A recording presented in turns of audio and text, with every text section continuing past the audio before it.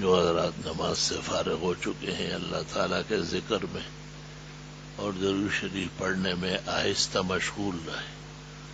اللہ العلیم استغفر اللہ العظیم استغفر اللہ العظیم لا الہ الا هو استغفر اللہ الذی لا الہ الا هو استغفر اللہ ربی من كل ذنب واتوب الیہ له وحده لا شريك له وصل وسلم على النبي وعلى آله وصحبه وبارك وسلم عليه.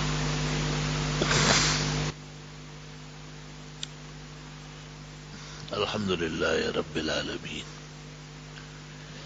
وصلى الله وسلم على رسوله الكريم ونبيه الأمين وعلى آله وأصحابه أجمعين. أما بعد فأعوذ بالله من الشيطان الرجيم. بسم الله الرحمن الرحيم. إن الله عنده علم الساعة وينزل الغيث ويعلم ما في الأرحام وما تدري نفس ماذا تكسب غدا وما تدري نفس بأي أرض تموت إن الله عليم خبير. وقال الله تعالى ما أصاب من مصيبة إلا بإذن الله ومن يؤمن بالله يهد قلبه والله بكل شيء عليم. وقال الله تعالى كل من عليها فان ويبقى وجه ربك ذو الجلال والإكرام. وقال الله تعالى كل شيء هالك إلا وجهه له الحكم وإليه ترجعون. وأخرج البخاري في الجامع الصحيح أن النبي صلى الله عليه وسلم قد قال الله تعالى ما ترددت في شيء كترددي في قبض روح العبد لأنه يكره وأنا أكره ما يكره أو كما قال رسول الله صلى الله عليه وسلم.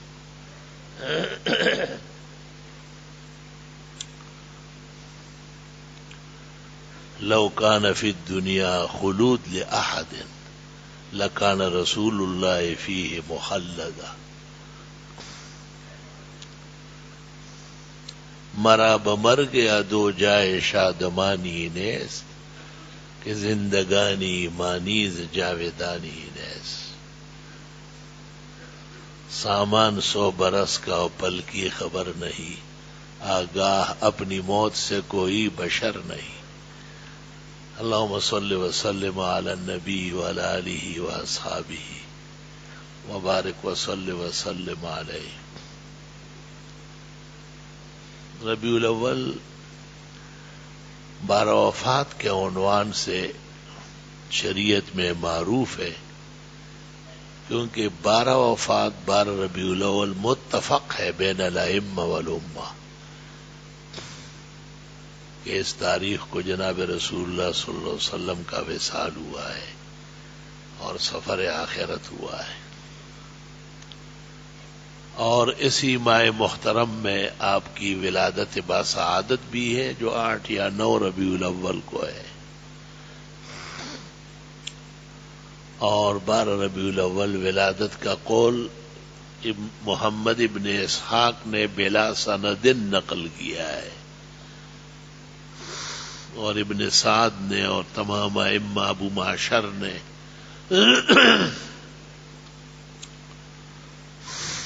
ابن عبد البر نے صاحب الروضہ نے برہان الدین حلبی نے ابن ہشام نے جماہیر اہل سنت والجماعت کے اکابر نے محدثین اور مورخین و مفسرین نے اس کو مسترد کیا ہے. فریق مخالف کے بڑے مولوی نے بھی تسلیم کیا ہے کہ ولادت 12 کو نہیں ہے، اگرچہ انہوں نے پھر اور وجوہات سے اسی کو منانا شروع کر دیا.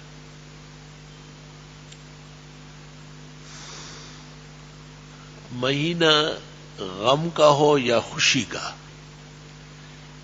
مہینے میں ولادت باسعادت ہو یا وفات حسرت آیات ہو، امت دینی رہنمائی اور دینی حدود ہی میں رہے گی. ان کو اہل سنت والجماعت کہتے ہیں. اور اپنی خودرائی اور منمانی اور اپنی طرف سے احکام اور پروگرام وضع کرنا اندیشہ ہے کہ اس کا اجر نہ ہو. یہ ایک طویل و عریض باب ہے اور زندگی بھر بیان ہوتا ہے. سوء اتفاق سے ایک اندوہناک واقعہ ملک میں رونما ہوا، جو اس سے پہلے بھی کئی جہاز گرے ہیں اور قیمتی جانیں تلف ہوئی ہیں. چونکہ یہ تازہ دم ہے اور کل ہی کا واقعہ ہے. بلا شبہ امت مسلمہ کو، پاکستانی قوم کو، علماء کو اور دینی بھائی خواہوں کو، بالخصوص مرحومین کے احیاء اور سوگواروں کو اور غمگساروں کو بڑا سانحہ ہے. نہایت درد و غم کا موقع ہے. ایک تو اعتقادی مسئلہ ہے کہ اللہ تعالیٰ کے ہاں سب کی موت کا فیصلہ اٹل ہے اور وہ تبدیل نہیں ہوتا ہے. اللہ تعالیٰ نے جس کا جس طرح لکھا ہے اس طرح دنیا سے جائے گا. خواہ وہ انبیاء ہو، مرسلین ہو، اولیاء ہو، متقین ہو، مومن ہو یا کافر ہو، انسان ہو یا حیوان ہو، ہر ذی روح کے ساتھ اللہ تعالیٰ نے اپنے تکوینی حکمت کے ساتھ اس کے قضاء و قدر طے کیے. ایک آدمی کو یہ پتہ نہیں ہے کہ میرے جسم کا کون سا حصہ پہلے معوف ہوگا، آنکھیں اندھی ہوگی یا پیر شل ہو جائیں گے، جسم کو فالج گرے گا یا ہارٹ ٹربل ہوگا، کسی سانحہ میں مروں گا یا کینسر کا شکار ہوں گا. یہ تمام انسانوں کا ایک جیسے حال ہے. ایک روایت میں ہے کہ ایک شخص نے حضرت صلی اللہ علیہ وسلم کی خدمت میں عرض کیا کہ مجھے ہر وقت ڈر لگا رہتا ہے. آپ نے پوچھا کس چیز کا؟ مر جانے کا. آپ نے کہا کہ مرنا تو ہے اور سب نے جو یہاں آئے ہیں یہ جائیں گے. انہوں نے کہا جب میں سوتا ہوں تو مجھے خوف ہوتا ہے، جب جاگتا ہوں. آپ نے کہا یہ تو لمبی باتیں کر رہا ہوں. آپ نے ایسے کھجور ہاتھ میں اٹھائی اور فرمایا مجھے اس بات کا یقین نہیں ہے کہ یہ میرے منہ تک پہنچے گی یا اس سے پہلے پہلے موت آ جائے گی. نبی الانبیاء اور رسول المرسلین سید الاولین والآخرین حضرت صلی اللہ علیہ وسلم خود اپنے بارے میں اس قدر خوف زدہ ہے، اور یہ خوف ایمان کی دولت ہے. الایمان بین الخوف والرجاء. ایمان دو صلاحیتوں کا مقتضا ہے، چونکہ متکلمین بسیط مانتے ہیں، والبسیط ما لا جزء له. وہ کہتے ہیں کہ ایک اس بات کا ڈر لگا رہتا ہے کہ اللہ جیسے چاہے جب چاہے اٹھا لے، جب چاہے مصیبت تکلیف کا شکار کر لے. وہ راضی ہو جائے تو نیکیاں قبول فرمائے، جنت عطا فرمائے. وہ نہ چاہے تو 100 سالہ عبادات و طاعات کو آگ لگ جاتی ہے اور خاتمہ بالخیر کے بجائے بالشر ہو جاتا ہے. 100 سال کا کافر کلمہ اسلام پڑھ کر جنتی بن جاتا ہے، اور اس کا بھی خوف ہے کہ 100 سال کا مسلمان اخیر وقت میں کوئی ایسی حرکت کرے، ایسا عقیدہ اختیار کر لے جس کے بعد ایمان باقی نہیں رہتا. ترمذی شریف میں ہے، بخاری میں بھی ہے. آپ نے فرمایا کبھی کبھی ایک شخص اور جہنم کے درمیان ایک بالش اور ایک روایت میں ایک ذراع کا فاصلہ رہ جاتا ہے، اور اس درمیان وہ کوئی ایسا ایمان، ایسا اسلام، ایسا دین اور اس کی دولت اللہ اس کو عطا کر دیتا ہے کہ وہ جہنم کے بجائے جنتی ہو جاتا ہے۔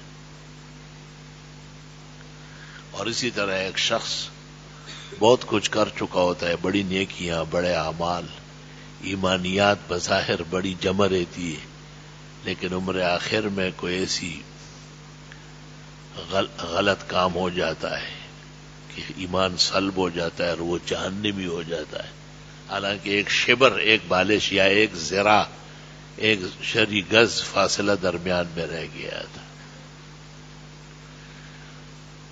عقیدے کے اعتبار سے مسلمان اپنے انجام کا مختار نہیں ہے، اور انجام کیا ہے، ابتدا کا بھی مختار نہیں۔ آیا کیسے ہے وہ بے اختیار ہے، رہے گا کب تک بے اختیار ہے۔ خیر اور شر اس پر قضاء و قدر سے نافذ ہوتا ہے۔ حکم ہے کہ آپ اپنے ارادے سے گناہ نہ کریں، اس لیے حدیث میں ہے نیت المومن خیر من عملی، مومن کی تو نیت زیادہ جاندار ہے، اس کو کبھی بھی نامناسب نہیں سوچنا ہے، غلط نہیں سوچنا ہے، اس نے ہمیشہ اپنی نیت کو صلاح و فلاح میں استعمال کرنا ہے۔ اللہ تعالی کے بارے میں بھی قدسی حدیث ہے بخاری میں، انا اوجد فی ظن عبدی بی، اللہ تعالیٰ فرماتے ہیں کہ میں بندے کے گمان میں پایا جاتا ہوں۔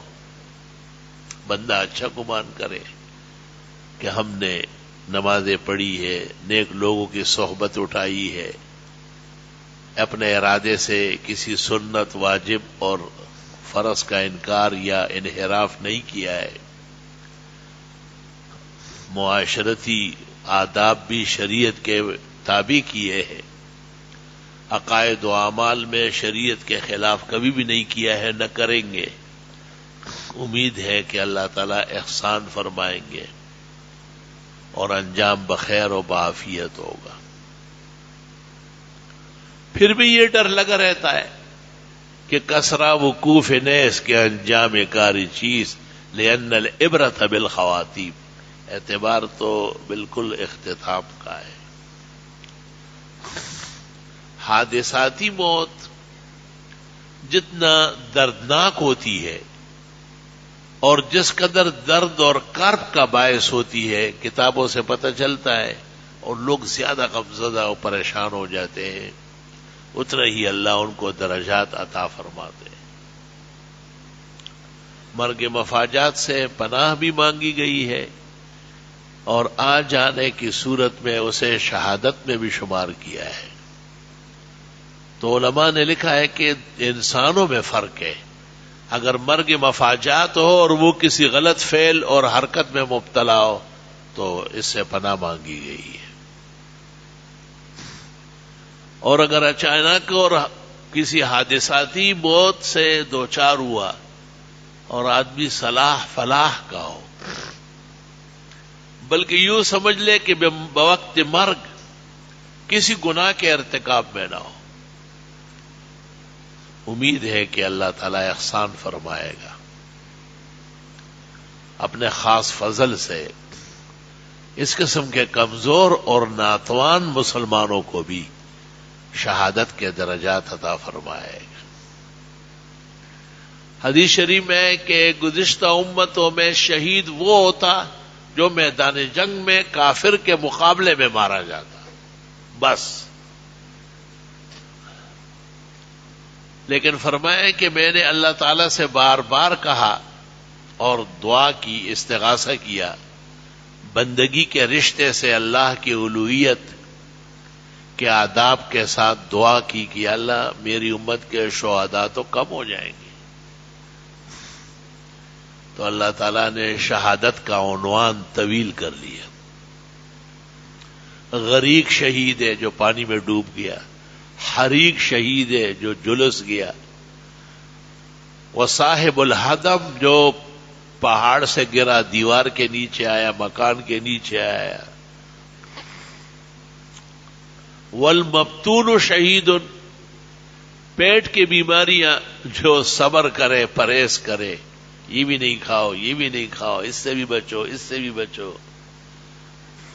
آنکھوں سے دیکھتا ہے، ہاتھ نہیں لگا سکتا ہے، کیونکہ پرہیز کرنا بھی واجب ہے. جو قصدن ہلاکت کے منہ میں جاتا ہے، علماء کہتے ہیں گناہ کبیرہ کا مرتکب ہے. لا الہ الا اللہ. وہ ایک شخص جو بہت زکامی تھا، بار بار چھینکے لے رہا تھا، آپ نے کہا کہ انت مسقوم، آپ کو زکام ہے، حل تداویت، آپ نے کوئی دوا لی ہے؟ اس نے کہا اگر اللہ تعالیٰ نے لکھا ہو تو ٹھیک ہو جاؤں گا، اور اگر نہیں لکھا ہو تو. آپ نے کہا اس طرح باتیں نہیں کرو. ما جعل اللہ داء الا جعل له دواء، وفی روایہ ما جعل اللہ داء الا جعل له شفاء. تداؤ یا عباد اللہ، الطب النبوی للذہبی، الطب النبوی للحافظ ابن القیم باسانید عالیہ. آپ نے کہا اللہ کے بندو دوائیاں استعمال کیا کرو.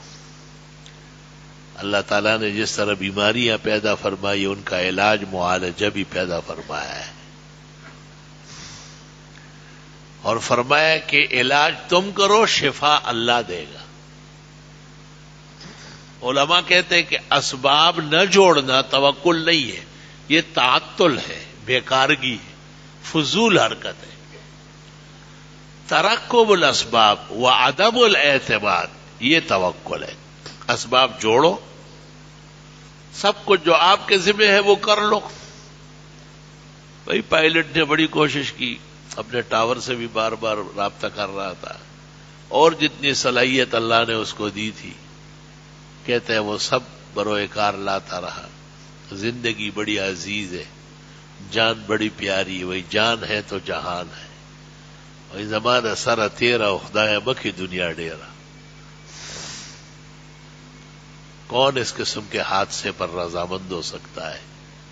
لیکن تقدیر اور قضاء و قدر وہ غالب ہے ہر چیز پر، اور تمام لوگ اس کے پابند ہیں. حدیث میں ہے جف القلم بما انت لاق، جو کچھ ہونے والا تھا وہ لکھا گیا ہے، اور وہ قلم کی سیاہی سوکھ گئی ہے، اور اس قلم نے لکھنا چھوڑ دیا ہے. کتب من قبل ان نبرأہا، ان لوگوں کے آنے سے اور پیدائش سے پہلے سب کچھ تیار ہو چکا ہے.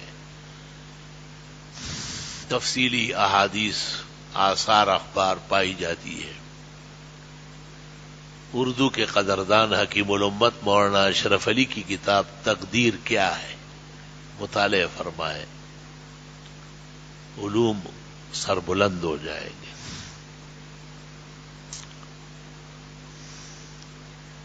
جناب رسول اللہ صلی اللہ علیہ وسلم نے ایک شخص سے پوچھا، مہمان آیا تھا خدمت میں، آپ نے پوچھا کیسے آنا ہوا؟ اس نے کہا اونٹ پر سوار ہو کے آیا ہوں. آپ نے فرمایا عقلتہ، اس کا گھٹنا باندھ کے آیا؟ انہوں نے کہا بل توکلتہ، ایسے ہی چھوڑا. آپ نے کہا یہ توکل نہیں ہے، توکل کے خلاف کر رہے ہو. آپ کے ذمہ اس کے گھٹنے میں اقال ڈالنا تھا، آگے وہ رہے یا جائے یہ اللہ کا ذمہ ہے، وہ آپ کا کام نہیں. جو تیرے ذمہ کام تھا وہی نہیں کر رہے ہو. اور مولانا اشرف علی صاحب سے کوئی شخص کہتا تھا کہ حضرت دعا فرمائے کہ اللہ تعالیٰ بیٹا دے. بزرگان دین دعائیں کرتے ہیں، ان کا کام اور کیا ہے. ایک دن کہیں حکیم الامت کو خیال آیا، پوچھا کہ شادی ہے؟ اس نے کہا نہیں حضرت شادی تو نہیں ہے. آپ نے کہا لا حول ولا قوت الا باللہ، شادی تو کر لو، جو تیرے ذمہ ہے، پھر ہم دعا کریں گے اللہ بیٹا دے گا. غصہ ہو گیا عقل کل، اور کہنے لگا کیوں اللہ تعالیٰ بغیر شادی کے نہیں دے سکتا؟ آپ نے فرمایا دے تو سکتا ہے، مگر تکلیف ساری آپ کو اٹھانی ہوگی. اللہ تعالیٰ کی قدرت کو آزمانے کی کیا ضرورت ہے؟ اللہ سبحانہ و تعالی بغیر ماں اور باپ کے آدم علیہ السلام کو پیدا کر چکا ہے، اور بغیر ماں کے باپ سے بائیں پسلی آدم سے حوا پیدا ہوئی ہے، اور بغیر مس سے بشر کے بلا اب کے عیسیٰ مسیح متولد ہوئے بطن مریم سے. تو قدرت تو پہلے موجود ہو چکی ہے اور ہمیشہ سے قائم دائم ہے. جب مشرکین نے اور نجرانیوں نے رسول اکرم صلی اللہ علیہ وسلم سے گفتگو میں کہا کہ آپ کہتے ہیں کہ عیسیٰ مسیح اللہ تعالیٰ کا بیٹا نہیں ہے، تو پھر اس کا باپ کون ہے؟ اور کوئی ایسا شخص آپ بتا دیں گے کہ جو بغیر باپ کے پیدا ہو؟ تو قرآن نے کہا ان مثل عیسیٰ عند اللہ کمثل آدم. وہ آدم علیہ السلام کی مثال تو اس سے زیادہ عجوبہ ہے. خلقہ من تراب، اس کو تو خالص مٹی سے بنایا. ثم قال له کن فیکون، اللہ نے اس کو کہا پیدا ہو جاؤ تو وہ پیدا ہو گئے. الحق من ربک، یہ دو ٹوک فیصلے ہیں تیرے رب کے. فلا تکن من الممترین، خواہ مخواہ شک کرنے والوں میں سے مت پڑو. تو قرآن کریم میں اللہ پیغمبر کو کہتے ہیں وشاورہم فی الامر، صحابہ سے مشورہ کیا کرے، رائے میں پختگی آئے گی، کاموں میں شریک ہوں گے، ذمہ داری پیدا ہو جائے گی. فَإِذَا عَزَمْتَ، اور جب کام کرنے پر آئے فَتَوَكَّلْ عَلَى اللَّهِ، بھروسہ صرف اللہ پر. اس لیے علماء کہتے ہیں کہ مشورہ اپنے باپ کو بیٹوں سے بھی کرنا چاہیے. خانگی امور میں خاون کا بیوی سے بھی مشورہ جائز ہے، خانگی امور میں. اور فن کے ماہرین سے مشاورت فقہاء کہتے واجب ہے. علم کا مشورہ علماء سے، سفر کا مشورہ زیادہ سفر کرنے والے جہاندیدوں سے، کاروبار کا مشورہ تجار سے. جو جس فن کے ماہرین ہیں ان سے مشورے میں فائدہ ہوگا. لیکن مشورہ بھی ہوا، سب کچھ ہوا، اسباب بھی بظاہر اچھے تھے لیکن نتیجہ اچھا نہیں آیا. یہ اللہ کے اختیار میں ہے. وَلِلَّهِ عَاقِبَةُ الْأُمُورِ، انجام اور آخری نتیجہ اسی کے ہاتھ میں ہے. کسی کے ایک آنسو سے ہزاروں دل دھڑکتے ہیں، کسی کا عمر بھر رونا یوں ہی بیکار جاتا ہے. اللہ اکبر. علماء کہتے ہیں کہ یہ نہیں کہنا چاہیے کہ آپ نے مشورہ دیا تھا. یہ کیا بات ہے؟ میں مشورہ دیا تھا، کوئی لکڑی سے تو نہیں منوایا تھا. اس لیے علماء کہتے ہیں کہ مشورہ ماننا بھی ضروری نہیں ہے. وہ جو مشہور واقعہ ہے حضرت مغیث کا اور بریرہ کا، کہ خاتون کنیز تھی اور وہ آزاد کی گئی. تو یہ قاعدہ ہے کہ کنیز جب آزاد ہو جائے تو غلامی کے دور کا جو نکاح ہے وہ برقرار رکھنا یا اسے ختم کر کے نیا نکاح کرنا اسے اختیار ہوتا ہے. ایسی ایک خاتون تھی، اس کا نام بریرہ تھا، اور وہ آزاد کی گئی. تو اس کے خاون کا نام تھا مغیث. اس خاتون نے اس سے انحراف اختیار کیا اور اس نے کہا کہ میں نئی شادی کروں گی. مغیث اس کے پیچھے روتا رہتا تھا.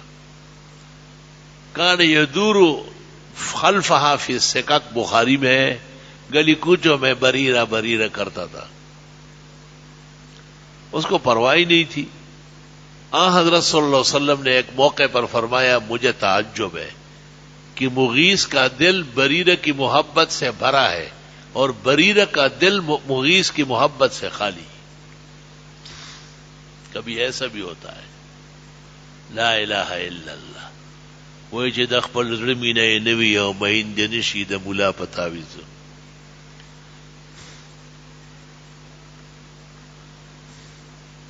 جب مغیث کا رونا دھونا بہت بڑھ گیا تو حضرت صلی اللہ علیہ وسلم نے بریرہ کو بلایا اور کہا کہ بس اسی کو اختیار کر لو، یہی ٹھیک ہے، کہاں جا رہی ہے؟ دیکھو وہ کنیز تھی، عمر پر لوگوں کی خدمت کی تھی، باندھی رہی تھی، لیکن نبوت کی برکات سے اللہ نے کتنا علم دیا تھا. پیغمبر سے پوچھا کہ اتامرنی ام تشاورنی، یہ حکم ہے نبی کا یا مشورہ ہے؟ آپ نے کہا حکم نہیں دے سکتے، اللہ نے اجازت دی ہے، آپ کو مشورہ دیتا ہوں. اس نے کہا ثم لا اطاوعها، پھر مشورہ ماننا میرے لیے دشوار ہے. علماء نے اس واقعے سے یہ استدلال کیا ہے کہ استاذ بھی مشورہ دے، زور نہ لگائے. باپ بھی جب مشورہ دے تو کہے کہ یہ احکام نہیں ہے، یہ مشورے کے درجے میں ہے، اگر آپ اس میں خیر سمجھتے ہیں تو مان لیں. چونکہ لوگ نہیں سمجھتے ان باتوں کو، جی میں نے مشورہ دیا تھا اور نہیں مانا. وہ بابا تیرا مشورہ نبی سے بڑھ کر ہے کیا؟ یہ ایک علیحدہ بات ہے کہ عموماً اکابر و اسلاف اور بزرگان دین کے ارشادات میں اللہ تعالی خیر ڈالتے ہیں، اور عموماً ان کے خلاف ورزی سے سنگین صورت پیش آ جاتی ہے. ایک بہت بزرگ عالم تھے اور سچ مچ عالم دین تھے، باعمل. وہ اپنے بیٹے کو دارالعلوم دیوبند بھیج رہے تھے. اس زمانے میں صرف دارالعلوم دیوبند ام المدارس تھا اور دینی اداروں کا اور علوم عالیہ کا منبع اور مرکز تھا. ان کا ایک شیخ سے تعلق تھا. نہ جانے کہ اس شیخ نے کیوں کہا کہ دارالعلوم دیوبند نہیں بھیجے. ایک ہی بیٹا تھا ان کا، یہ خیال ہوگا کہ اپنے پاس رکھے. ان کو بہت ناگوار گزرا اور انہوں نے کہا اس میں شیخ کا کیا کام ہے؟ دارالعلوم دیوبند اہل توحید و سنت کا قبلہ و کعبہ ہے. دارالعلوم دیوبند ہر شرک، ہر بدعت، ہر بے دینی کا مقابل ہے. دارالعلوم دیوبند انبیاء اور مرسلین کی تعلیمات کا مرکز ہے. چنانچہ انہوں نے بیٹا بیچ دیا. خدا کا کرنا یہ تھا کہ وہاں کوئی فساد ہو گیا تھا، کسی جگہ جھگڑا اور قتل و غارت گری ہو گئی تھی. بدقسمتی سے اس طالب علم کا نام اس میں آ گیا اور وہ جیل چلا گیا. اس بزرگ عالم دین کو جب پتہ چلا تو سر جھکایا اور نے کہا ہو شیخ نے منع کیا تھا، میں تو علم کے پیندار میں اور علم کے نشے میں تھا. ان سے دعا کروائی کہ حضرت ایسا ہوا. بزرگان دین اتنے اصرار نہیں کرتے، نہ یہ کہا میں نے کہا تھا آپ نے، یہ غلط بات ہے. وہ بزرگ نہیں ہوتے، وہ تو وکیل ہوتے، بیرسٹر ہوتے ہیں. بزرگان دین نے ایک اچھی بات کہی، مان لی بہت اچھا، نہیں مانی تو بہت اچھا. انہوں نے بہت افسوس کیا، فوراً دعا فرمائی کہ اللہ بخیر و عافیت نکال لائے. پرایا ملک ہے ہندوستان، دور ملک ہے. اس زمانے میں لوگ گاؤں سے باہر نہیں نکلتے تھے. پتہ چلا کہ جس جج نے ان کو سزا دی ہے اور ناحق قتل میں ان کو جیل میں ڈالا ہے، وہ بہت بڑا شاعر اور ادیب ہے اور سکھ ہے مذہباً. یہ شیخ اور استاد جو تھے یہ بھی اپنے زمانے کے خط نویسی اور فارسیات کے علی الاطلاق امام تھے. لوگ کہتے ہیں کہ جیسے مولانا انور شاہ صاحب حدیث کے ماہر تھے، اس طرح مولانا فضل علی مثنوی اور دیوان حافظ کے ماہر تھے. انہوں نے ایک نظم میں اس سکھ جج کو خط لکھا، فی البدی نظم میں، فارسی میں، اور ان کے نام جب وہ خط گیا اور انہوں نے پڑھا، پڑھنے کے بعد زار و قطار روئے. دنیا کے کسی دیہات میں اتنا بڑا قابل عالم بھی موجود ہے اور ایسی انگلیاں ہیں جو ایسا خط لکھ رہی ہے اور ایسا شعور اور عقل ہے، تو وہ خط لے کر کے جیل آئے. تو جج تھا، با اختیار تھا، اور وہ مقدمات سارے ہٹائے اور وہ اس کو گاڑی میں بٹھایا. بٹھانے کے بعد سیدھے لے آیا. اس زمانے میں طوفان میل سہارنپور سے پشاور چلتی تھی، اس میں بٹھایا.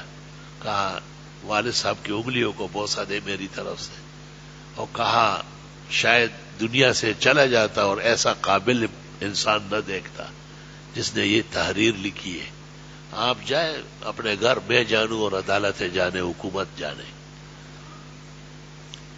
تو وہ حضرت مولانا فرماتے تھے کہ دیکھو جب ناراض تھے اور ان کا مشورہ نہیں تھا تو دقت پیش آ گئی، اب جب انہوں نے دعا فرمائی تو اللہ تعالیٰ نے انہی کفار اور انہی ججوں سے ایسی رحمت کا سلوک کروایا کہ ایک ایسا شخص جس پر بلیم لگ چکا تھا اور زبان نہ جاننے کی وجہ سے تقریباً وہ گرفتار ہی رہتا، کہ اللہ تعالیٰ نے رہائی کا سبب پیدا فرمایا۔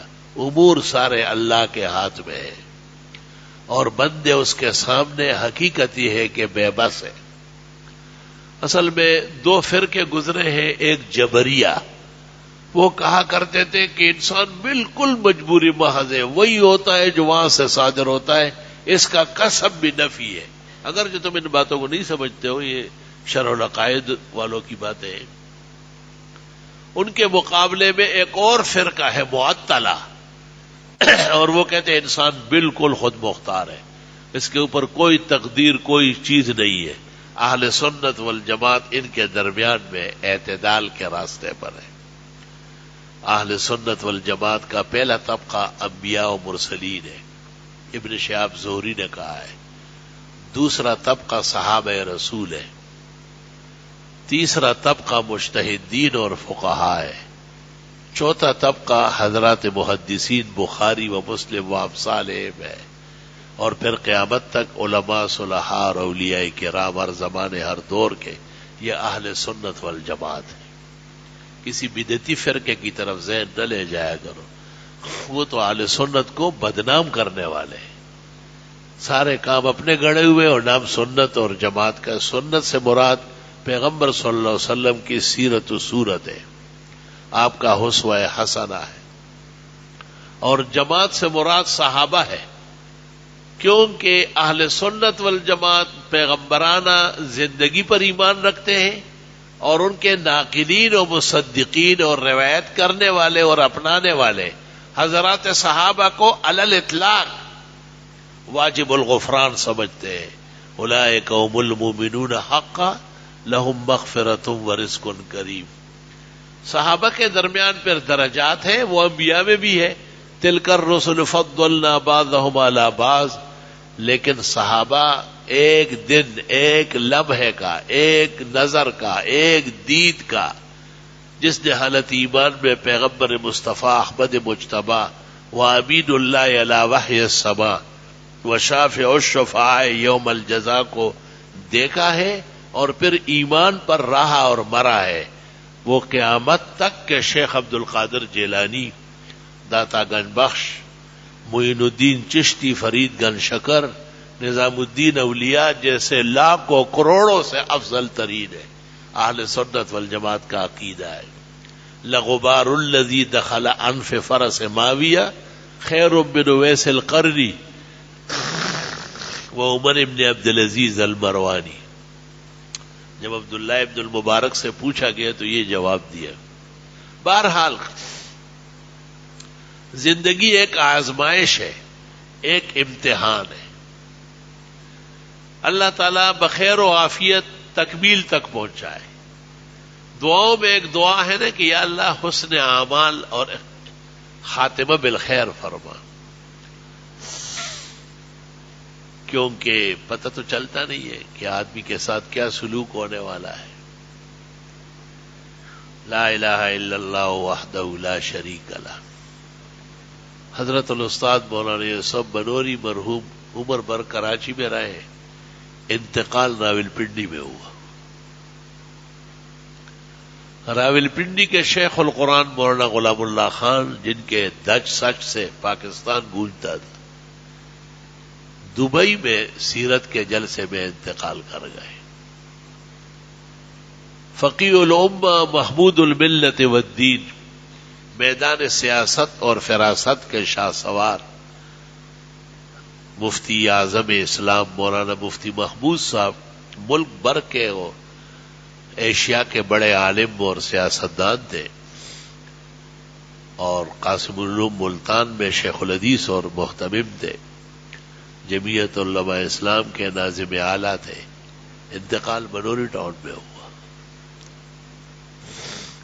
حضرت مولانا محمد یوسف صاحب کاندیلوی تبلیغ جماعت کے امیر دوم، جنہوں نے پوری دنیا میں تبلیغ کو چمکایا ہے اور پہنچایا ہے، وہ کاندیلا کے تھے اور وقت نظام الدین میں یا جماعتوں میں گزارتے تھے. انتقال لاہور میں تبلیغی سالانہ اجتماع میں ہوا ہے. شیخ الہند مولانا محمود الحسن دیوبند کے باشندے تھے، انتقال دلی میں ہوا ہے. خطیب پاکستان حضرت مولانا احتشام الحق صاحب رحمت اللہ علیہ، پاکستان ان کے ترانوں سے گونجتا تھا اور ساحرانہ خطابت سے، لیکن حضرت کا انتقال مدراس میں ہوا ہے. ایک پروگرام میں گئے تھے، وہی ہارٹ فیل ہوا ہے. کوئی اور آدمی امریکہ میں بھی مرا ہے، پہنچی وہیں پہ خاک جہاں کا خمیر تھا. اللہ تعالیٰ نے ان آیات میں یہی کہا، ان اللہ عندہ علم الساعہ، قیامت کا علم اللہ کو معلوم ہے. قیامت کب قائم ہوگی، کس طرح قائم، تفصیلی علم تو احادیث مبارکہ میں آ چکی ہے، لیکن متعین گھڑی اور لمحہ، جیسے عوام میں مشہور ہے 1300 سال بعد، 1400 سال بعد، فلاں صدی، یہ سب بے بنیاد باتیں ہیں. قیامت کا علم ان اللہ عندہ علم الساعہ الیہ یرد علم الساعہ، یہ اللہ کی شان کہلائے گی. ایک جگہ نبی کو کہا کأنک حفی نہ، آپ اس کے پیچھے پڑ گئے کیا؟ آپ کا کام ہی نہیں ہے، نہ منصب ہے. آپ کا کام ہمارا پیغام دینا ہے. قیامت کب آئے گی اور کس طرح آئے گی وہ ہمارے ذمہ ہے. وہ منصب نبوت نہیں ہے، وہ مقام الوہیت ہے. لا الہ الا اللہ. وہ ينزل الغیث، وہ بارش برساتا ہے. دیکھو تمام پاکستان و ایشیا کے بادل کراچی میں بنتے ہیں، لیکن یہاں کے لیے قطرہ حرام ہے. مجال ہے کہ یہاں بارش ہو جائے، اور بارش ہو گئی تو کھمبے گر گئے اور بجلیاں فیل ہو گئی اور لوگ مر گئے اور گٹر لائنیں ابل گئی اور شہر سارا ادھورا ہو گیا، کھباڑا ہو گیا، کیونکہ عادی نہیں یہ لوگ. نصف سے زیادہ شہر خشکے میں پڑا ہوا ہے. اور پہاڑوں پہ دیکھو، ابھی میں نے چند دن پہلے ایک بلیٹن دیکھا، اس میں لکھا ہوا تھا کہ جنوری تک بارش کا امکان نہیں. آج خبر موسمیات نے شائع کی اور ملک کے اطراف بتایا کہ وہاں پر زوردار قسم کی بارش ہے اور برف باری ہونے کا امکان ہے. اللہ فرماتے وَيُنَزِّلُ الْغَيْثَ، بارش کا علم میں جانتا ہوں. امریکہ کتنا سائنسدان ہے، کتنا ٹیکنالوجی کرنے والا ہے، کتنے ایٹمز پر قدرت رکھتا ہے، ایک جزیرے میں بارش نہیں برساتا، نہ اس کی ہمت و طاقت ہے. اور جب آئے تو اندازہ یہ ہے کہ سب سے پہلے دنیا کے اندر امریکہ ڈوبے گا، کیونکہ ظلم و ستم اور بربریت کا پوری دنیا میں معدن وہی ہے. مسلمانوں کو چاہیے کہ طریقے سے یا وہاں اپنے پیر صحیح طرح جمائے کہ غلامیت ختم ہو، اور یا ایک طرف ہو جائے تاکہ خدا کا قہر و عذاب پورا اس پر آ جائے. یہی مسلمان وہاں نمازیں پڑھتے ہیں، قرآن پڑھتے ہیں، تلاوت کرتے ہیں، روتے ہیں، خیر خیرات کرتے ہیں. اللہ ان کی وجہ سے کفار کے ممالک کو بھی قائم رکھتا ہے. وَلِأَجْلِ عَيْنٍ أَلْفَ عَيْنٍ تُكْرَمُ. لا الہ الا اللہ. وَيَعْلَمُ مَا فِي الْأَرْحَامِ، اللہ تعالیٰ بچہ دانیوں کا علم جانتا ہے. بھئی بچہ جماتا بھی وہی ہے، موٹا تازہ ہوتا ہے، جب چلتا ہے تو آپ سمجھتے ہیں ہاتھی کا بچہ جا رہا ہے. جی اولاد نہیں ہے. کیوں نہیں ہے؟ بس اللہ کی مرضی. اللہ تعالیٰ تمام بے اولادوں کو نیک صالح اولاد دے، اور جن کو دی ہے ان کو شکر کی توفیق دے. شکر یہ ہے کہ اولاد کی نیک تعلیم و تربیت ہو. لا الہ الا اللہ. ایسے ایسے واقعات ہیں جو بیان کرنے کے نہیں. یہاں ایک نمازی آتا تھا، ایک دن مٹھائی لے آیا. میں نے کہا خیریت؟ اوہ کیا کہنا ہے، بس حمل ٹھہر گیا۔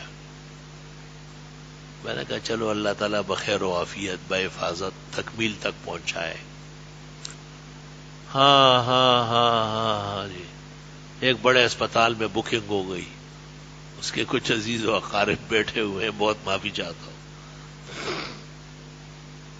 مقررہ تاریخ گزر گئی، میں نے کہا بھائی کوئی تکا وکا نہیں ہے؟ نہیں جی، وہ گیس بھری ہوئی تھی۔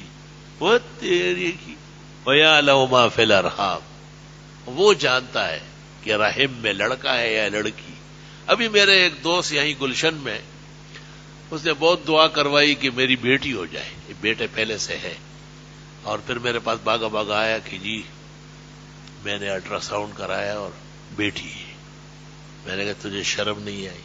تو میری تعلیم و تربیت میں الٹرا ساؤنڈ کراتا ہے، یہ تو غیب دانی کا مقابلہ ہے، منع ہے۔ اچھا جی، معلوم نہیں تھا۔ پھر ایک دن مجھے فون کیا، کہتا ہے وہی ہوا جو آپ چاہتے۔ میں نے وہ کیا؟ کہتے لڑکا ہی ہو گیا۔ وَيَعْلَمُ مَا فِي الْأَرْحَامِ، اللہ اکبر و کبیر۔ یہاں ایک کسائی آتا ہے مدرسے کے جانور کاٹتا ہے، تو وہ اکثر اسی شور میں ہوتا ہے کہ جی میں بہت غریب ہوں، مجھ سے کچھ لیا نہ جائے، بہت بچے ہو گئے۔ میں نے ایک دن پوچھا کتنے بچے ہوئے؟ کہنے لگے 14 ہو گئے۔ میں نے کہا بس کرو نا۔ کہا میں تو کچھ بھی نہیں کرتا، بس ذرا سا لگاتا ہوں تو ہو جاتا ہے سب کچھ۔ وَيَعْلَمُ مَا فِي الْأَرْحَامِ، کہ میں وہاں سے ویسے ہی گزر جاتا ہوں، اگلے دن دیکھتا ہوں تو کوئی خوشخبری آنے والی ہوتی ہے۔ لا الہ الا اللہ۔ سو کی دیدن پسڑن دیگی اور سو کی دغی کا غرزوی چ خوب راضی۔ اللہ اپنے نظام کا مالک و مختار ہے۔ یہب لمن یشاء اناسا، جس کو چاہے لڑکیاں دے۔ کہتے لوط علیہ السلام کی صرف بیٹیاں تھیں۔ وَيَهَبُ لِمَن يَشَاءُ الذُّكُورَ، ابراہیم علیہ السلام کے صرف لڑکے تھے۔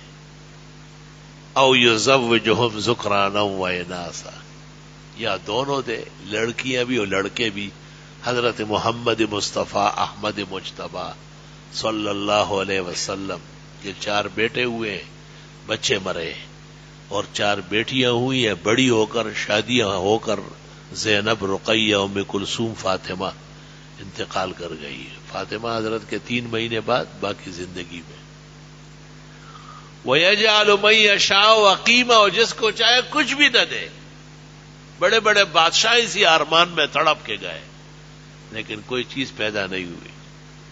نہ دوا کام کرتی ہے، نہ تدبیر، وہی تقدیر ہے جو ہر چیز پر غالب آتی ہے۔ اللہ اپنے خزانوں سے اپنی نعمتیں اور خوشیاں دونوں جہانوں کی عطا فرمائے۔ المال والبنون زینت الحیات الدنیا، دنیا تو خوبصورت ہوتی ہے نا بیٹے سے، مال سے، دولت سے، آگے امتحان شدید ہے۔ انما اموالکم واولادکم فتنہ، اللہ تعالیٰ جو اجر و عظیم ہمیں نصیب فرمائیں گے انشاءاللہ وہ سب سے بڑا ہوگا۔ تو ہمارے جو مسلمان بھائی اس اندوہناک حادثے میں دنیا سے گزر گئے، شریعت کے قاعدے اور قانون کے مطابق اس قسم کی موت کے وقت ایمان ہی کافی ہے اور کفایت ہے کہ وہ مسلمان ہو اور اللہ کی وحدانیت، حضرت صلی اللہ علیہ وسلم کی رسالت و ختم نبوت اور آخرت کے وقوع پر یقین رکھتا ہو۔ باقی تفصیلات اللہ تعالیٰ ان کے لیے معاف کر دیتا ہے۔ اچھے اچھے لوگ تھے ان میں، دنیا یاد کر رہی ہے، رو رہی ہے۔ میں خود حیران ہوں، عوام میں بھی خواص ہوتے ہیں۔ ایک شخص سارے شہر کو ویران کر گیا، اور لوگ جو مرے ہیں وہ اسکرین پر دکھائے کہ 2-3 بچے چھوٹے چھوٹے سے 4 سال 6 سال 5 سال، اور وہ بار بار دروازے کے پاس آتے ہیں کہ امی آئی یا نہیں، وہ بھی اسی حادثے میں فوت ہوئی۔ میں نے دیکھا، اور دیکھنے کے بعد ہمت ختم ہو گئی، دوبارہ آنکھیں بند کی ہوئے۔ میں نے کہا خدایا آپ رحیم و کریم ہے اور آپ زوراور و مقتدر ہے، ان بچوں کا محافظ و ناصر آپ سے بہتر کوئی نہیں ہے۔ احادیث اور قرآن کے مطابق جب ایک نعمت چھن جاتی ہے تو ہزاروں مل جاتی ہے۔ اللہ اکبر و کبیر۔ کہتے ہیں کہ واقعات اور روایات تاریخی اس طرح ہوتے ہیں۔ امام احمد کہتے ہیں ان کے لیے زیادہ اسانید کی ضرورت نہیں ہوتی، بس موافق شرع ہونا کافی ہے۔ کہتے ہیں کہ ملک الموت سے اللہ تعالیٰ نے پوچھا، جبکہ وہ سب کچھ جانتا ہے، کہ آپ لوگوں کی روح قبض کرتے ہیں، آپ کو بھی کبھی رحم آیا ہے؟ اس نے کہا ایک دن آیا ہے۔ کیا؟ کہ ایک کشتی دریا سے گزر رہی تھی، آپ نے کہا ڈبو دو اس کو۔ د بیڑئی پڑو بیدو چ رب رضاشی بیا ماڑگان د زولنو بال تسکا اسم نشکو۔ کہا اس میں ایک چھوٹا سا بچہ، اس آپ کا حکم یہ تھا کہ یہ نہ ڈوبے، باقی اس کی ماں بھی ڈوب گئی، باپ بھی ڈوب گیا، سب پورے جتنے لوگ تھے اس کشتی میں سوار سب ڈوب گئے۔ وہ بچہ حکم الہی کے مطابق کنارے کی طرف گیا اور پرندے اس کے اوپر بنبنا رہے تھے، اور مجھے حکم تھا کہ بس جا، آپ کا کام ختم ہو۔ کہا ایک تو یہ مجھے، اگر میری چلتی، ملک الموت بھی مخلوق ہے، بے بس ہے وہ، تو میں کہہ دیتا کوئی اس کو بھی ڈبو دیتا کہ واویلا ہی ختم ہو جائے، افسوس، یا اس کے لیے ماں کو چھوڑ دیتے۔ حق تعالیٰ سب کچھ جانتے ہیں۔ ایک عدل کے مطابق پوچھا دوسرا واقعہ کیا ہے؟ کہ شداد نے جب جنت بنائی اور نہریں اس میں جاری کی، حوریں اس میں چھوڑ دیے، اچھی لڑکیاں، غلمان چھوڑ دیے، خوبصورت خادمین، دودھ کی نہر، شہد کی نہر، پانی کی نہر، شراب کی نہر، اور کتنی چیزیں جو اس نے سنی تھی انبیاء اولیاء سے کہ جنت میں اتنی نعمتیں، وہ سب اس نے کہا میں جنت بناتا ہوں، میں خدا ہوں۔ اور وہ تیار ہو گئی، آراستہ ہو گئی، پیراستہ ہو گئی، اس کی زمین یاقوت و مرجان کی ہو گئی، اس میں ہر طرف قیمتی قسم کے دھات لگا دیے گئے، اور اس میں ایسے درخت اور پھل پھول جو سارے یا پھول دے یا پل لٹکائے، اور مقررہ تاریخ پر کہا گیا کہ اب آؤ اور دیکھو۔ جب وہ اپنے بنائے ہوئے اس بناوٹی اور جعلی جنت دیکھنے گیا اور گھوڑا اندر ہونے لگا تو آپ نے کہا کہ نیچے پاؤں نہ رکھے، یا وقت پے پر کام بلا وقتا، یہ شاعر ہوئی، ایک پاؤں گھوڑے کے رکاب پر تو دوسرا زمین تک کا، اس درمیان میں روح قبض کرو، اس درمیان میں ڈاز نیچے گر گیا، خدائی کا دعویٰ کرنے والا مردار پڑا ہوا ہے۔ تو ملک الموت نے کہا کہ ایک نظر دیکھ لیتا، اتنی محنت کی تھی، بعض کہتے ہیں کہ 800 سال میں بنایا، اتنا زمانہ، اس زمانے میں تو لوگوں کی عمریں بھی بڑی بڑی ہوتی تھی۔ اللہ تعالیٰ نے فرمایا کہ دیکھو وہ چھوٹا سا بچہ جو کشتی سے بچا اور لکڑی کے تختے پر پرندوں کے نیچے پرندے اوپر بنبنا رہے تھے اور میں کنارے پر لے گیا، میں نے ایک ہرنی اس کے لیے تابع کی، وہ اپنا بچہ سمجھ کے روزانہ آتی تھی اور اس کو دودھ پلاتی تھی، اور میں نے خوبصورت پودے اگائے اور یہ اس کے نیچے پڑا رہا۔ جب بڑا ہوا، جوان ہوا، حکومت دی، سلطنت دی، جیسے ہمارے حکمران کبھی بھی ایمان پر پابندی لگاتے 18 سال سے کم کا مسلمان نہیں ہوگا، وہ خیر کافر رہے، اور کبھی کہیں گے کہ جی عبدالسلام قادیانی کے نام پر طبیعیات یونیورسٹی موسوم کرتے ہیں۔ آج ایک اور شوشہ چھوڑا ہے کہ 3 طلاق پر قانون پابندی لگے گی، شرم تم کو مگر نہیں آئی۔ یہی ان کا حال ہوتا ہے، لوگوں سے ووٹ مانگتے ہیں، بھیک مانگتے ہیں، لوگوں کو راضی کرتے ہیں، رشوتیں دیتے ہیں، جب کامیاب ہو جاتے ہیں پھر فرعون اور شداد زمانہ بن جاتے ہیں۔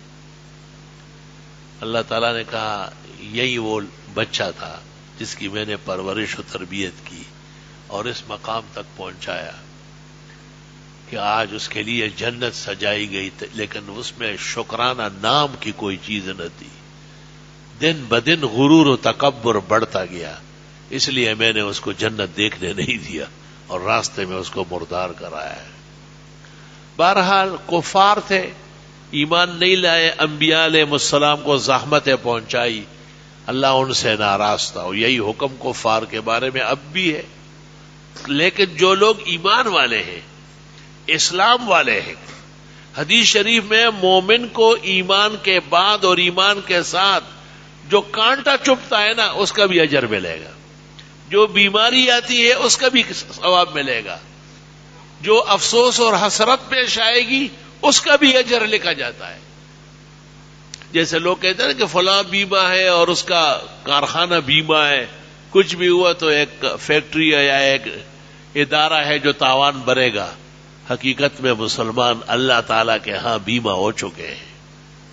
ایمان کے بعد اس کی زندگی کی ہر ادا جو خیر کا ہے اور شکر کا ہے اس پر بھی اجر ہے، اور جو مصیبت اور تکلیف کا ہے اس پر صبر و استقامت کر لے. انما یوفی الصابرون اجرهم بغیر حساب. اللہ تعالیٰ صبر کرنے والوں کو بغیر حساب کتاب کے اجر، ثواب اور مقامات عطا فرمائے گا. دنیا کی زندگی تو بہت ہی رنج سے، صدمے سے، بھیانک طریقے سے چھن گئی ہے، اور حادثات میں اسی طرح ہوتا ہے. میں جب بالکل چھوٹا تھا اور مشکل سے خبریں وبریں سننے لگا تو اس زمانے میں ایک جگہ میں نے دیکھا کہ حج کے لیے سمندری جہاز میں لوگ جب کون سے ملک کا تھا، آج سے 50 سال پہلے کا واقعہ ہوگا، اس سے بھی زیادہ. تو وہ سمندری جہاز ٹکرا گئی اور ان لوگوں کو کہا گیا کہ بھئی تم بچنے کی کوشش کرو، ہم تو کنارے تک نہیں پہنچ سکتے اور نہ کنارے والے ہماری مدد کے لیے آ رہے. اس زمانے میں اتنے حالات نہیں تھے. تو قریب میں ایک پہاڑ تھا سمندر کے اندر، وہ لوگ آہستہ آہستہ اس کے قریب ہو گئے اور وہ سب اتر گئے. لیکن جب وہ سب لوگ اس پہاڑ پہ چلے گئے، وہ پہاڑ بھی ریت کا مٹی کا تھا، وہ پہاڑ ہی آہستہ آہستہ پانی میں جانے لگا. اللہ تعالیٰ کا قضاء و قدر اٹل ہے، جس کا جس طرح موت مقدر ہے اسی طرح آئے گی. خواہ وہ ہوائی جہاز کا سانحہ ہو یا سمندری جہاز کا ہو، وہ آگ کا ہو یا پانی کا ہو، اپنے بستر پر ہو یا کسی اور جگہ ہو. اصل مسئلہ یہ کہ ایمان محفوظ رہے اور خاتمہ بالخیر و ایمان ہو. امید ہے کہ جتنے مسلمان اس سانحہ میں مرے ہیں وہ سب کے سب شہداء اور سعداء ہوں گے. جس طرح دنیا کے اندر لوگ ان کے رشتہ داروں کو تسلی دیتے ہیں، تشفی دیتے ہیں، اور متمولین قسم قسم کے طریقے سے ان کی دلجوئی کرتے ہیں، جو آخرت کے اور خدائی انعام کے سامنے بہت کمزور چیز ہے. قیامت کے دن جب ان مصیبت زدوں کو انعام و اکرام کیا جائے گا تو بہت سارے لوگ جو عافیت و خیر سے نکلے ہو وہ کہیں گے کاش کہ ہمیں بھی اس قسم کا کوئی واقعہ پیش آ چکا ہوتا، اور آج ہم ان تکلیفوں سے اور مصائب سے اللہ کے ہاں بڑے درجات پا لیتے. اللہ تعالیٰ ان کو شہداء و سعداء بنائے. الحمدللہ رب العالمین. اور ان کے رشتہ داروں کو، آل و اولاد کو، والدین و اقرباء کو، غم گساروں کو صبر و اجر دے. اور پورا ملک، بلکہ میں سمجھتا ہوں پوری دنیا میں جتنے مسلمان ہیں یا خاص کر پاکستان کے لوگ ہیں وہ بہت زیادہ غمزدہ اور پریشان ہیں. انشاءاللہ ان سب غمزدہ اور پریشانوں کو بھی اللہ تعالیٰ اس سانحہ پر اجر عطا فرمائے گا. کیونکہ حدیث شریف میں ہے کہ مومن کو جو تکلیف پہنچی ہو اور اس نے انا للہ و انا الیہ راجعون پڑھا، اس کا اجر ملے گا. اور پھر جب بھی وہ مصیبت یاد آئے اور وہ تکلیف اور غم کا دن یاد آئے پھر کہے انا للہ و انا الیہ راجعون، پھر اتنا ہی اجر و ثواب ملے گا. اللہ تعالیٰ ان کے بال بچوں کے جن کے رہ گئے حفاظت فرمائے، نصرت اور مدد فرمائے، جن کے گھرانے اکھڑ گئے ہیں اللہ انہیں آباد و شاد فرمائے، جن کے والدین اقربا اور اعزاء نہایت رنجیدہ و غمزدہ ہے اللہ اپنے دربار سے اور خزائن رحمت و احسان سے انہیں بہترین تسلی و تشفی کا سامان عطا فرمائے، اور جتنے اموات ہوئے ہیں، جتنے مسلمان ایمان پر پاکستان میں یا اور باہر ملکوں میں دنیا سے سفر کر چکے ہیں اللہ ان کی عاقبت بالخیر و عافیت فرمائے، اللہ تعالی حاضرین مجلس کی دعائیں قبول فرمائے، مراد عطا فرمائے، مشکلات حل فرمائے، پریشانیاں رفع دفع فرمائے، جن کی اولاد نہیں اللہ نے ایک صالح نصیب فرمائے، جن کی ہے اللہ تعالی خیر و عافیت سے بہترین تعلیم و تربیت سے مالا مال فرمائے، اور وہ اپنے والدین کی آنکھوں کی ٹھنڈک، دل کا سکون، مستقبل کا عظیم سرمایہ افتخار بنائے، جو بیماران ہیں اللہ تعالیٰ انہیں صحت شفا عطا فرمائے، جو کسی رنج اور غم میں ہیں اللہ ان کی دستگیری فرمائے، ان کو درد اور کرب سے آرام اور سکھ، راحت اور خوب خوشیاں نصیب فرمائے، عاجز اور فقیر کو بھی بعض عوارض لاحق ہے، اچانک طبیعت ٹمٹمانے لگتی ہے، دعائے عافیت، دعائے خیر سگالی، دعائے صحت، دعائے شفا عاجلہ کاملہ کی بھرپور درخواست ہے۔ عزیز القدر محمد انور شاہ کے حلقوم کو بھی اللہ راس فرمائے اور اسے ممبر اور محراب کا اہل و اصل بنائے اور یہاں کی کمال محبت نصیب فرمائے، جامعہ کے در و دیوار، اساتذہ و ناظمین، خادمین، مخلصین کو اجر و ثواب نصیب فرمائے، مقامات عظمیٰ عطا فرمائے، ہر رنج اور غم، مصیبت و تکلیف سے سب کو نجات عطا فرمائے۔ محلے میں بعض اموات ہوئی ہے اور وہ بڑے غمزدہ اور پریشان حال ہے، اللہ تعالیٰ ان مرحومین کی مغفرت فرمائے اور پسماندگان کو صبر و اجر عطا فرمائے۔ ربنا تقبل منا انک انت السمیع العلیم وتب علینا انک انت التواب الرحیم، فاللہ خیر حافظا وهو ارحم الراحمین، ما شاء اللہ لا قوة الا باللہ، سبحان ربک رب العزة عما یصفون وسلام علی المرسلین والحمد للہ رب العالمین، وصلی اللہ تعالی علی خیر۔